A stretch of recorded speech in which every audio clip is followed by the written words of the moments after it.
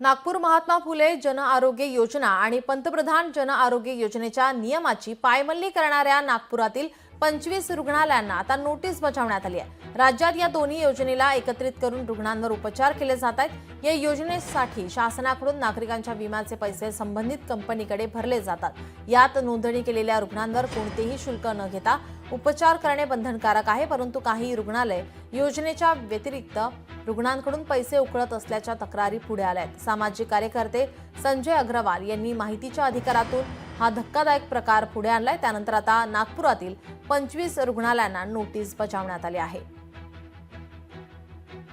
आपले प्रतिनिधी ज्ञानेश्वर पवार आपल्यासोबत जोडलेत। ज्ञानेश्वर, नागपुरातील 25 रुग्णालयांना नोटीस बजावण्यात आली आहे।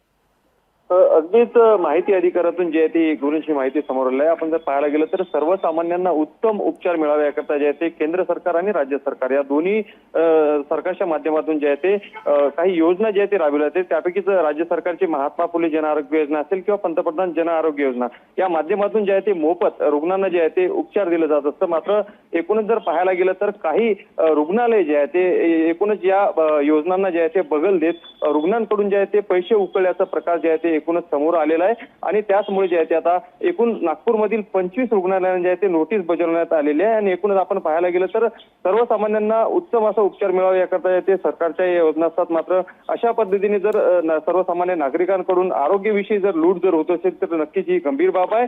सध्या तरी माहिती अधिकारून तुम्ही माहिती समोर आली आहे, त्यामुळे जे आहे ते एकूणच काही तक्रारी ज्या समोर आल्या होत्या त्या अनुषंगाने जे आहे ते रुग्णालयांना नोटीस बजावण्यात आली। मात्र एकूणच यावरती कारवाई काय होते हे पाहणं अत्यंत महत्त्वाचं असणार आहे। जी, धन्यवाद ज्ञानेश्वर, आपण दिलेल्या सविस्तर माहितीसाठी।